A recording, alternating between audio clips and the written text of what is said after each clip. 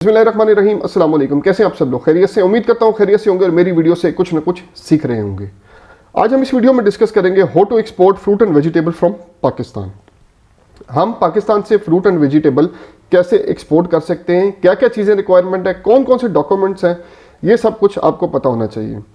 पाकिस्तान एक agriculture land है, ये आप सब लोगों को पता है, और पाकिस्तान बहुत ज़्यादा एक्सपोर्ट करता है फ्रूट एंड वेजिटेबल्स पाकिस्तान से। ठीक है, तो अब ये कहाँ कहाँ करता है, इसकी मेन मार्केट्स कौन सी हैं? दुबई इसकी मेन मार्केट है, यूएई टोटल मेन मार्केट है इसकी, ओमान हो गया, सारा gulf, Oman, Bahrain, Qatar, Saudi Arabia, बाकी मलेशिया में काफ़ी जाता है हमारा पोटैटो वगैरह जाता है, ऑरेंज जाता है, श्रीलंका में हमारा पोटैटो किन्नू बहुत ज़्यादा जाता है। इसी तरह और भी काफ़ी कंट्री, फिलिपाइन में बहुत ज़्यादा जाता है, और काफ़ी कंट्रियाँ जिसमें हम लोग एक्सपोर्ट करते हैं फ्रूट एंड वेजिटेबल्स को। तो ये जो फ्रूट एंड वेजिटेबल है, देखें अब कोरोना जब आया था फ्रूट एंड वेजिटेबल नहीं रुका, बाकी सारी इंडस्ट्री बंद हो गई, फ्रूट एंड वेजिटेबल काम करता जो है एक्सपोर्ट होती रही। कतर ने अपना, जाहिर सी बात है उस टाइम पे जहाज़ भी शॉर्ट्स हो रहे थे, पैसेंजर थे नहीं, सिर्फ कार्गो चल रहे थे, तो कतर का अपना एक जहाज़ जो है एक कराची एयरपोर्ट पे खड़ा होता था, एक इस्लामाबाद या लाहौर एयरपोर्ट पे खड़ा होता था, जहाँ से सब्जियाँ डेली लेके जाता था कतर में। तो आप इससे अंदाज़ा लगा सकते हैं कि फ्रूट एंड वेजिटेबल कितना इंपॉर्टेंट है और इसकी एक्सपोर्ट क्या है और उसकी वैल्यू क्या है। पाकिस्तान से अगर आपने एक्सपोर्ट करना है तो हम बात करेंगे कंटेनर की भी और बाय एयर की भी। कंटेनर में भी जाता है और बाय एयर भी जाता है।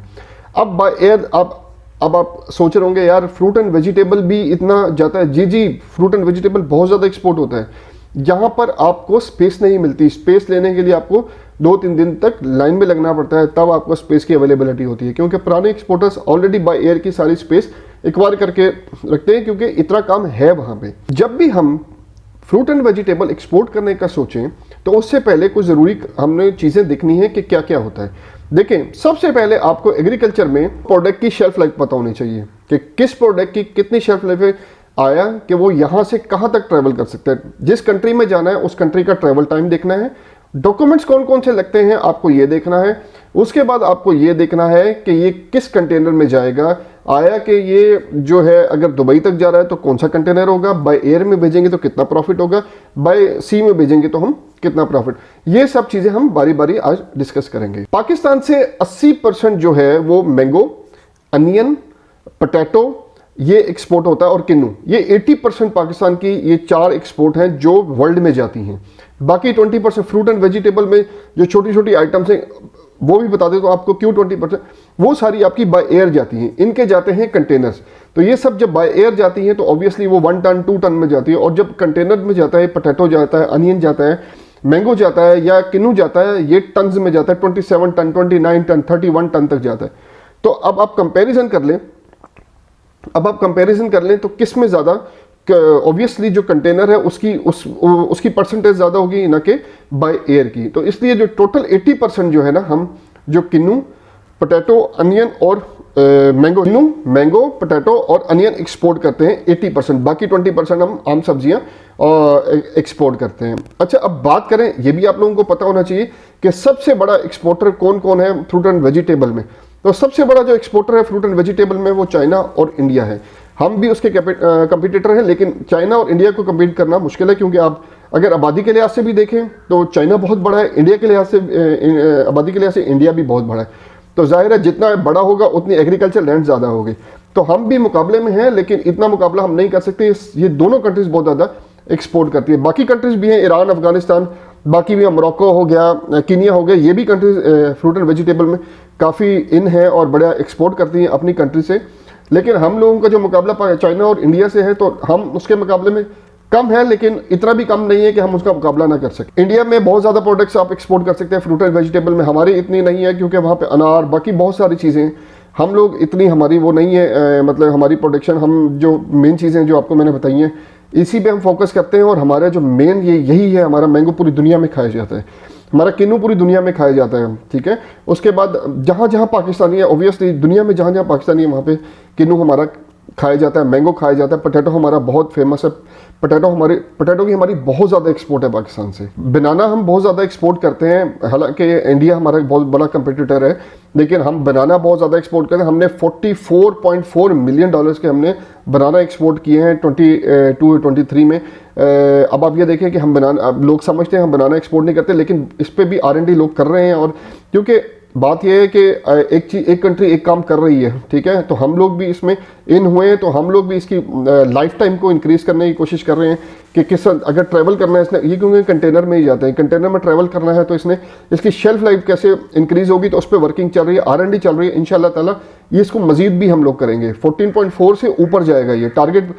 TTAB का भी बहुत ज़्यादा है, चैम्बर ऑफ कॉमर्स भी इस पर लगी है, TTAB भी काफ़ी इन है, और PFVA Pakistan fruit and vegetable association भी इस पर काम कर रही है। तो इंशाल्लाह इसको इंक्रीज करना इनका टारगेट है। अच्छा, अब समझते हैं करना क्या है। अब प्रोसीजर समझने की कोशिश करते हैं कि फ्रूट एंड वेजिटेबल को हम एक्सपोर्ट कैसे कर सकते हैं।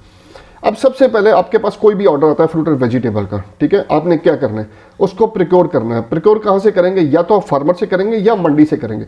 अब आपने ये देखना है कि आप प्रिक्योरमेंट आपको ईजी किधर से है, ठीक है, या सस्ता किधर से मिलता है, क्योंकि जो पैसे आप घर पे बचाओगे वही पैसे आपकी बचत है। स्टार्ट से घर से पेमेंट बचा के चलो, आप प्रॉफिट आपको मिलेगा। फर्ज करें आपको मंडी से सस्ता मिलता है, मंडी में भी आपको अच्छा माल मिल जाता है और फार्मर के पास तो ऑब्वियसली अच्छा मिल जाता है।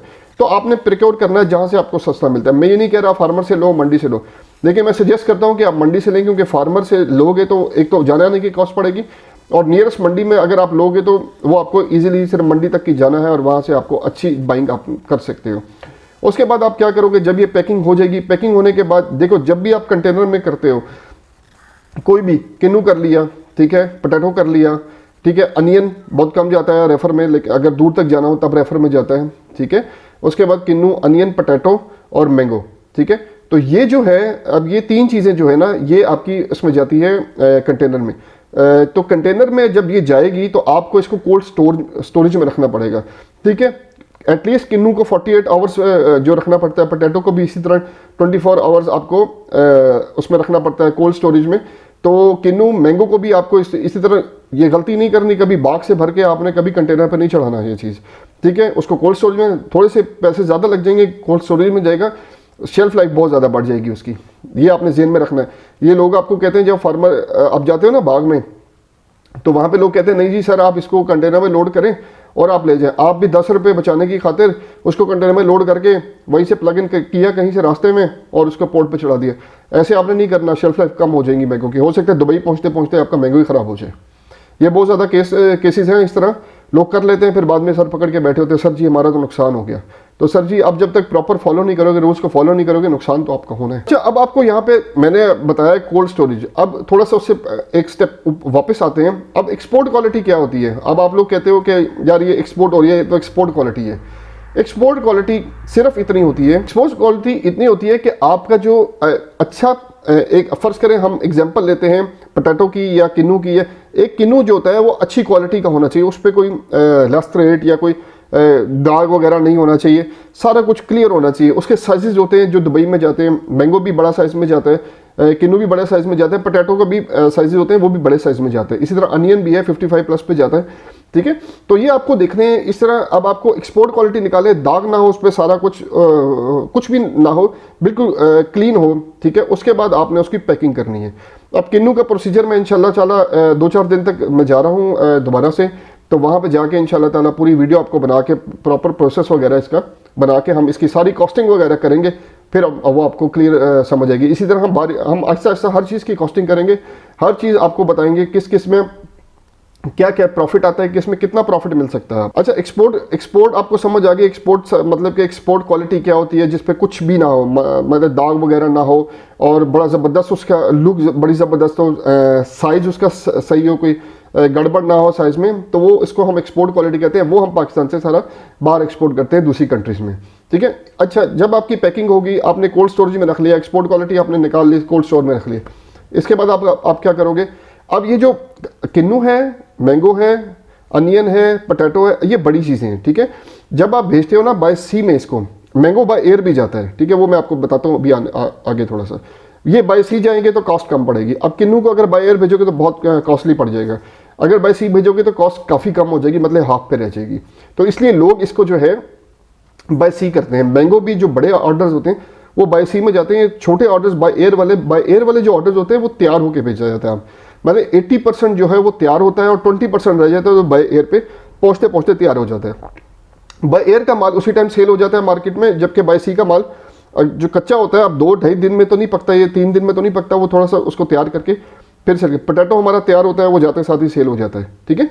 तो ये चीज़ें कुछ आप लोगों को समझने की ज़रूरत है कि हम लोग सबसे पहले तो आपको ये समझने की ज़रूरत है कि सीजनल कौन सी आइटम चल रही है। अगर आप फ्रूट एंड वेजिटेबल में काम करें सीजनल के हिसाब से करना है। देखिए हर टाइम तो आलू चलता है, अभी नया आलू आ रहा है, ठीक है, अब दिसंबर से शुरू हो जाता है आलू, ये मार्च अप्रैल तक जाता है, फिर स्टोर में लगना शुरू होता है। अब आपको पता है स्टोर का आलू फिर पूरा साल चलता है। अब आपको ये चीज़ें पता है, किन्नू का सीज़न नवंबर में शुरू हुआ है 15 नवंबर से, और ये जाएगा मार्च या फेब मिड तक या फेब एंड तक जाएगा, तो ये किन्नू का सीज़न खत्म हो जाएगा, ठीक है। इसी तरह मैंगो का सीज़न भी शुरू होता है, आपको पता है अप्रैल या मई में इस दफ़ा एक्सपोर्ट स्टार्ट हुई थी इसकी 15 मई से या 25 मई से, मेरा ख्याल 25 मई से स्टार्ट हुई थी, लेटर ऑन चलती रही है जब तक मैंगो रहा है, ठीक है। तो अब आपने इसके सीज़न के हिसाब से देखना है कि कौन सी आइटम काम कर रही है, कौन सी आइटम आ रही है, स्ट्रॉबेरी आती है, ठीक है, बहुत सी आइटम्स है जो आती है वो एक्सपोर्ट भी होती है हमारी, ठीक है। तो आपने सीजनल काम करना है, फ्रूट एंड वेजिटेबल काम ही सीजनल। अच्छा थोड़ा सा बाय एयर को डिस्कस करते हैं। बाय एयर में क्या होता है, बाय एयर में सब्जियां जाती हैं यहाँ से, मतलब मटर हो गया, गाजर होगी, अब ये बाय सी कम जाती है क्योंकि ख़राब होने के चांसेस ज़्यादा होते हैं। डिग्री तो मेंटेन कर लेते हैं बाय सी में भी, इसमें बाय सी में अब कैसे बेचते हैं ये भी एक लॉजिक है, ठीक है। दुबई भेजना इस कॉस्ट बहुत कम पड़ जाती है, फ्रेट बाय एयर का ज़्यादा होता है, बाय सी का कम होता है। अब एक कंटेनर 40 फुट का आपको इजीली मिल जाए, 20 फुट का रेफर आपको बहुत कम मिलता है। अब 40 फुट का आपको मिल गया रेफर, उसमें आपने अब देखो ना 27 टन या 28 टन जो है ना, मतलब 28,000 किलो करना थोड़ा मुश्किल होता है चीज़ें। तो इसमें जो है ना डिफरेंट चीज़ें ऐड करते हैं, मतलब गाजर होगी, मटर हो गया, करेला हो गया, बैंगन हो गया, अरबी होगी, ये सब कुछ मिक्स करके ना, मतलब 15-20 आइटम मिक्स करके टन की जो है ना वो दुबई भिजवा देते हैं। ये कहीं पर भी भिजवानी हो तो वहाँ पहुँच जाती है, कॉस्ट कम आती है। ये ट्रिक है जो लोगों को नहीं पता है, लोग बाय एयर में ही लगे हुए हैं, ठीक है। वो कहते हैं कि इसमें ख़राब हो जाएगा, इसमें ये हो जाएगा, इसमें कुछ नहीं होता, आपका इजीली दुबई ओमान तक पहुंच जाता है। अच्छा अब आपने कंटेनर भी बुक करा लिया, पैकिंग भी होगी, अब लोडिंग करनी है। लोडिंग करने के साथ आपने इनवाइस और पैकिंग लिस्ट क्लियरिंग एजेंट को दे देनी है। क्लियरिंग एजेंट क्या करेगा, उस पर आपका शिपिंग बिल फाइल कर देगा।